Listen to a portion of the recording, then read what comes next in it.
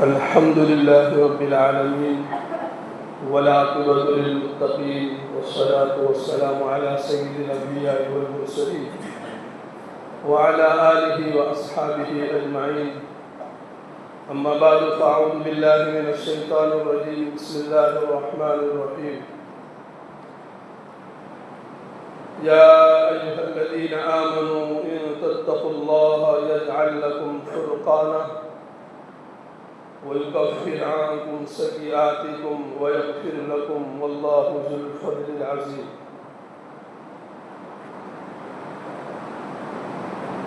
صدق اللہ مولانا العظیم. قابل احترام برادران اسلام، قرآن کریم کی جو آیت شریفہ اس وقت میں نے آپ حضرات کے سامنے تلاوت کی، سورہ انفال کی قرآن کریم کے 90 پارے کے اندر یہ آیت کریمہ ہے.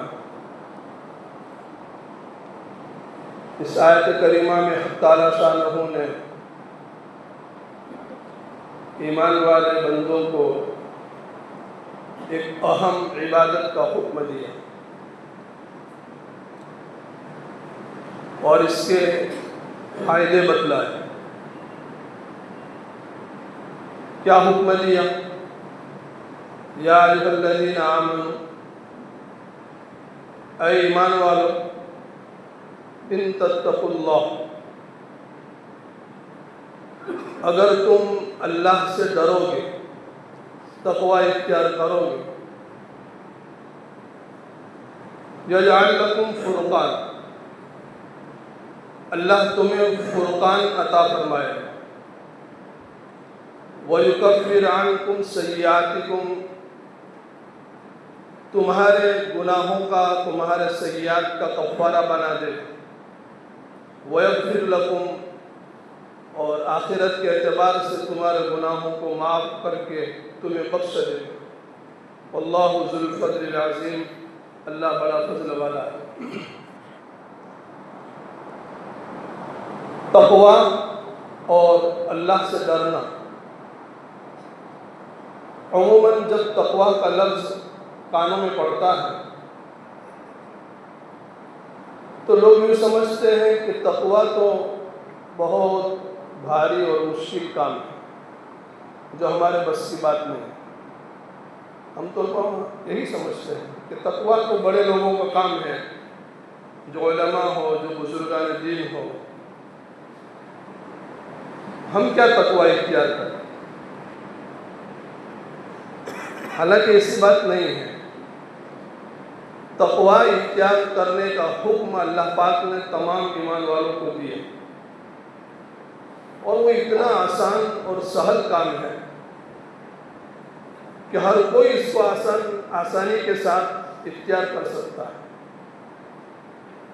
اللہ کا اپنے بندوں کو تقوی کا حکم کرنا یہ اس بات کی دلیل ہے کہ بندوں کے اندر اتنی صلاحیت ہے کہ وہ تقوی اختیار کریں. اس لیے کہ اللہ پاک اپنے بندوں کو کسی ایسے کام کا حکم نہیں کرتا ہے جو بندہ نہ کر سکے، بندے کے بس میں نہ ہو. لا یکلف اللہ نفسا الا وسعہا، بندے کو وہی کام کا حکم کیا جاتا ہے جو بندے کی طاقت میں ہو، بندے کے اندر صلاحیت ہو. تو تقوی تو ایک عام لفظ ہے، اور تقوی کا معنی ہوتا ہے اللہ سے ڈرنا اور اپنے آپ کو گناہوں سے بچا کر کے اللہ کی طاعت کے اوپر کھڑا کرنا. اس کا نام تقوی ہے. اس کے درجات ہیں، اس کے مراتب ہیں. پہلا درجہ ہے ادنیٰ درجہ. یہ تو ہر ایک کو حاصل ہے. الحمدللہ ہر مسلمان متقی ہے، ہم میں کا ہر شخص متقی ہے. کیا مطلب؟ اللہ پاک نے ہم کو کفر اور شرک سے بچا کر کے ایمان کی دولت عطا فرمائی. ہم سب نے لا الہ الا اللہ محمد رسول اللہ صلی اللہ علیہ وسلم کلمہ پڑھا ہے. ہم اللہ پر ایمان لائے ہیں اور آخر الزمان حضرت محمد رسول اللہ صلی اللہ علیہ وسلم کے اوپر ہم ایمان لائے ہیں. یہ سب سے پہلا درجہ تقویٰ کا ہے جو ہم سب کو حاصل ہے. ہم سب متقی ہیں الحمدللہ. اللہ پاک نے ہم کو کفر اور شرک سے بچا کر کے ایمان کی دولت. اسی کو قرآن میں کہا ذالک الکتاب لا ریب فیہ ھدی للمتقین. قرآن متقیوں کے لیے ہدایت ہے. اور متقی کون ہے؟ الذین یؤمنون بالغیب. وہ لوگ جو غیب کے اوپر ایمان رکھتے ہیں. یہ متقی کی تعریف قرآن نے کی ہے. الحمدللہ ہم سب کا غیب کے اوپر ایمان ہے. نہ ہم نے اللہ کو دیکھا ہے، نہ ہم نے ہمارے نبی کو دیکھا ہے، نہ نبی کے اوپر قرآن کو اترتے ہوئے دیکھا ہے، نہ ہم نے جبرائیل کو دیکھا ہے، کسی کو نہیں دیکھا ہے. الحمدللہ ثم الحمدللہ ہمارا ایمان بالغیب ہے. اس کو قرآن نے کہا ھدی للمتقین الذین یؤمنون بالغیب. تو پہلا درجہ تو الحمدللہ ہم سب کو حاصل ہے. ہم سب مسلمان متقی ہیں کہ اللہ پاک نے ہماری حفاظت کی کفر سے اور شرک سے. تقویٰ کا دوسرا درجہ اللہ کے اوامر کے اوپر عمل کرنا اور منہیات اور منکرات سے، حرام کاموں سے اپنے آپ کو بچانا. یہ اوسط درجہ ہے جو ہر مسلمان کے لیے ضروری ہے. اللہ پاک نے جن کاموں کو حکم دیا ہے ان کاموں کو کرنا اور جن کاموں سے بچنے کا کہا ہے ان سے بچنا، اس کا نام تقویٰ ہے. اور ہر مسلمان کو اس کے اوپر عمل کرنا یہ ضروری ہے. یہ دوسرے درجے کا تقویٰ. اور بہت اعلیٰ درجے کا تقویٰ جو ہے کہ جس کے اندر بندے کو اپنے دل کے اندر اللہ کے غیر کا تصور ہی نہ آئے. ہر وقت اللہ ہی اللہ. بہت ہی اونچا اور اعلیٰ درجہ تقوی کا ہے. ایک مرتبہ حضرت فضیل بن عیاض رحمۃ اللہ علیہ اپنی گود کے اندر ایک چھوٹا بچہ لے کر کے بیٹھے ہوئے تھے. پیار کر رہے تھے، محبت کر رہے تھے. تو اس بچے نے پوچھ لیا اپنے باپ حضرت فضیل بن عیاض رحمۃ اللہ علیہ سے، ابا جان میرا ایک سوال ہے آپ سے، آپ جواب دیں گے؟ تو حضرت فضیل بن عیاض رحمۃ اللہ علیہ نے فرمایا کہ جی ہاں بیٹا، کیا سوال ہے، میں اس کا جواب دیتا ہوں. چھوٹے بچے نے کہا کہ آپ مجھ سے محبت کرتے ہو؟ تو بچے نے کہا کہ ابا نے کہا کہ جی پیارے بیٹے، جب تک آپ کو میں نہیں دیکھ لیتا ہوں مجھے چین نہیں آتا. کہ محبت کی دلیل ہے کہ میں گود میں بٹھا کر کے آپ سے پیار کر رہا ہوں. پھر بچے نے سوال کیا کیا اس ذات سے بھی آپ محبت کرتے ہو جس نے مجھے پیدا کیا، یعنی اللہ سے؟ تو حضرت فضیل بن عیاض رحمۃ اللہ علیہ نے فرمایا کہ ہاں میں اللہ سے بھی محبت کرتا ہوں.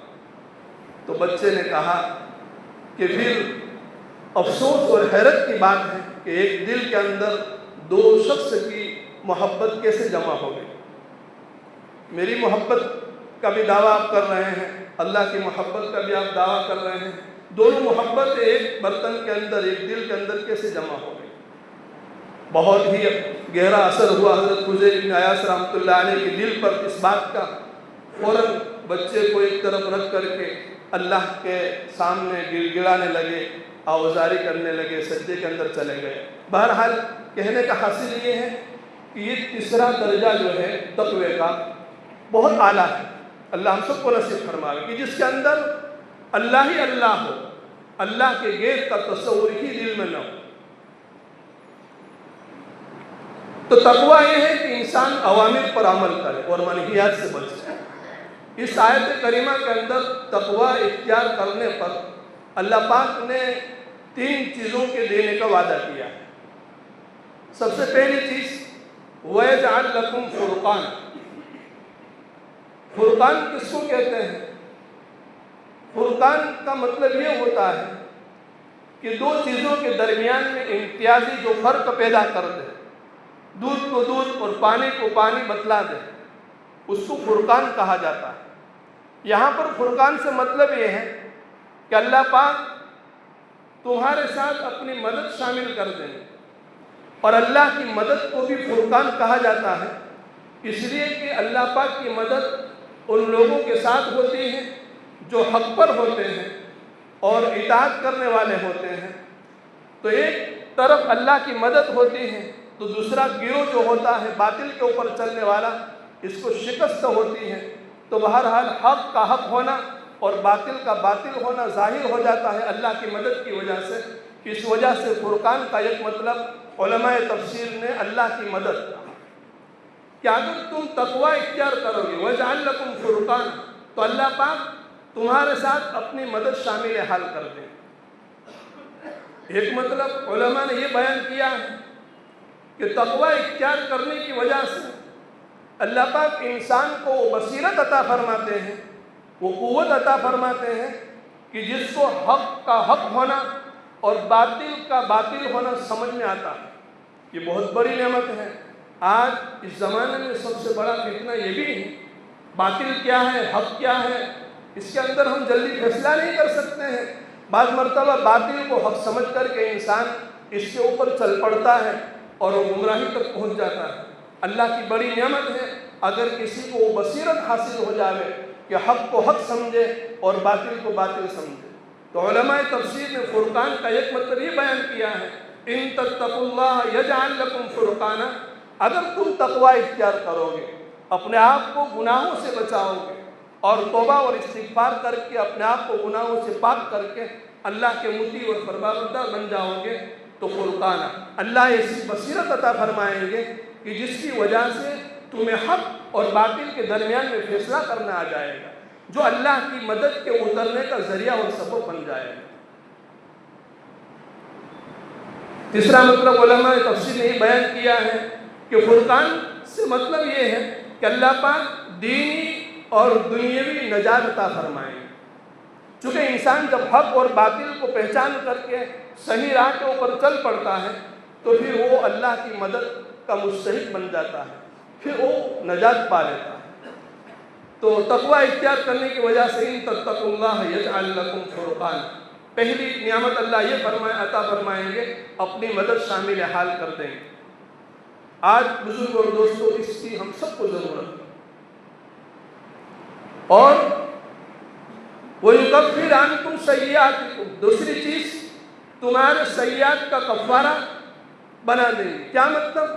جو تم نے آج تک غلطیاں کی ہیں اور گناہ کیے ہیں، اللہ پاک ایسے اعمال کرنے کی توفیق عطا فرمائیں گے کہ جو ان کا کفارہ ہو جائے گا، اس کا نعمل بدل ہو جائے گا۔ کفارہ اسی کو کہتے ہیں کہ آج تک غلط زندگی گزری ہے اور سیئات کے ساتھ ہم نے زندگی گزاری ہے، توبہ اور استغفار کی وجہ سے اور تقوی اختیار کر لینے کی وجہ سے اللہ پاک ایسے اعمال کی توفیق عطا فرمائیں گے کہ جن اعمال کی وجہ سے تمہارے سیئات مٹ جائیں گے، ان سیئات کا کفارہ ہو جائے گا۔ وَيُكَفِّرْ عَنْكُمْ سَيِّئَاتِكُمْ، یہ دوسرا انعام ہے تقوی کا۔ ایک مرتبہ بمبئی سے ایک جماعت آئی تھی منگرول کے اندر، ان کے ایک امیر صاحب تھے، تو جس حلقے میں جس مسجد میں بھی جاتے تھے وہاں ساتھیوں کی دعوت کرتے تھے۔ ہمارے بہت سارے ساتھیوں کو علم ہوگا اس کا، بہت سال پہلے کی بات ہے۔ جس مسجد میں جاتے تھے وہاں کے تمام مسلمین کو وہ دعوت کھلاتے تھے، اور دعوت کی بہت عمدہ قسم کی دعوت کھلاتے تھے۔ ہر حلقے کی ہر مسجد کے اندر انہوں نے یہ کام کیا، کافی رقم خرچ کی۔ دارالعلوم کے اندر بھی قیام تھا اس جماعت کا، 3 دن انہوں نے یہاں کے تمام مسلمانوں کو دعوت دی تھی۔ دارالعلوم کے مطبخ کے اندر کھانا بنا تھا اور بہترین دعوت کھلائی تھی، تو بہت دل کے ساتھ وہ خرچہ کرتے تھے۔ تو میں نے امیر صاحب سے پوچھا کہ آخر کیا وجہ ہے کہ آپ ہر مسجد میں جا کر کے سارے مسلمانوں کو دعوت دیتے ہیں اور عمدہ قسم کی دعوت کھلاتے ہیں اور اس طریقے سے یہ خرچہ کرتے ہیں؟ انہوں نے کہا کہ مولانا بات یہ ہے کہ دعوت کے کام میں لگنے سے پہلے میری زندگی ایک عجیب زندگی تھی۔ اللہ نے مجھے بہت مال دیا تھا، لیکن میں نے مال بہت غلط راہوں کے اوپر خرچ کیا، اور بہت کثیر تعداد کے اندر میں نے مال غلط خرچ کیا، گناہوں کے اندر، عیاشی کے اندر، نافرمانیوں کے اندر۔ لیکن میں نے جب تقوی اختیار کر لیا اور میرے گناہوں سے میں نے توبہ کر لی، اب میرا دل یہ چاہتا ہے کہ جتنی رقم اور جتنا مال میں نے غلط استعمال کیا ہے اور گناہوں کے کام میں استعمال کیا ہے، اتنا ہی بلکہ اس سے زیادہ مال میں اللہ کی راہ میں نیک کاموں کے اندر خرچ کروں۔ تو مجھے خوشی ہوتی ہے ایمان والوں کو دعوت کھلا کر کے کہ میں ہر مسجد کے اندر جا کر کے مسلموں کو دعوت کھلاتا ہوں. یہ میں سمجھا رہا ہوں کفارہ، سیئات کا کفارہ. انسان جب توبہ کر لیتا ہے تو توبہ کر لینے کی وجہ سے اللہ پاک ان کے دل کے اندر ایسی ایسی باتوں کو ڈالتا ہے اور ان کاموں کو کرنے کی وجہ سے ان کے سیئات کا کفارہ بن جاتا ہے. تو تقوی اختیار کرنا یہ اتنی بڑی دولت. اللہ پاک نے جگہ جگہ پر ایمان والوں کو حکم دیا ہے، یا ایھا الذین آمنوا اتقوا اللہ، یا ایھا الذین آمنوا اتقوا اللہ. اے ایمان والو اللہ سے ڈرو، تقوی اختیار کرو. لیکن ہم ڈر جاتے ہیں، جیسا میں نے شروع میں کہا، ہم سمجھتے ہیں کہ تقوی اختیار کرنا ہمارے بس کی بات نہیں. حالانکہ ہر مسلمان کو تقوی اختیار کرنا ضروری ہے، اور تقوی کا مطلب یہ ہوتا ہے کہ اپنے آپ کو گناہوں سے بچانا اور اللہ کی اطاعت اور نبی کریم جناب محمد رسول اللہ صلی اللہ علیہ وسلم کے طریقے کے مطابق اپنی زندگی گزارنے کا فیصلہ کرنا، اسی کا نام تقوی ہے. اور تیسرا جو انعام تقوی کے اوپر اللہ دیں گے، وَيَغْفِرْ لَكُمْ، اللہ آخرت کے اعتبار سے تمہارے سارے گناہوں کو معاف فرما کر تمہاری بخشش کر دیں گے. اور بخشش کر دینا مطلب یہ ہوتا ہے کہ آخرت کے اندر ان گناہوں کے اوپر تمہاری پکڑ نہیں ہوگی، تو تمہارے گناہ بخشے ہو جائیں گے. وَيَغْفِرْ لَكُمْ. پھر آگے فرمایا وَاللَّهُ ذُو الْفَضْلِ الْعَظِيمِ. کہا کہ یہ تو قانون کے اعتبار سے اس عمل کے اوپر اتنے اللہ فائدہ دیں گے، لیکن اتنے کے اوپر بس نہیں. وَاللَّهُ ذُو الْفَضْلِ الْعَظِيمِ. اللہ بڑا فضل والا ہے، اللہ کتنا دے بڑھا کر کے وہ اللہ ہی جانتا ہے. اس لیے بزرگ اور دوستو، اللہ پاک ہم تمام کو تقوی کی دولت سے مالا مال فرماوے. اس وقت پورے ملک کے اندر جو ہے ایک عجیب ایک تحریک چلی ہے، جس کی وجہ سے لوگ سب ڈرے ہوئے ہیں اور پریشان ہیں. کیا ہوگا کیا ہوگا کیا ہوگا؟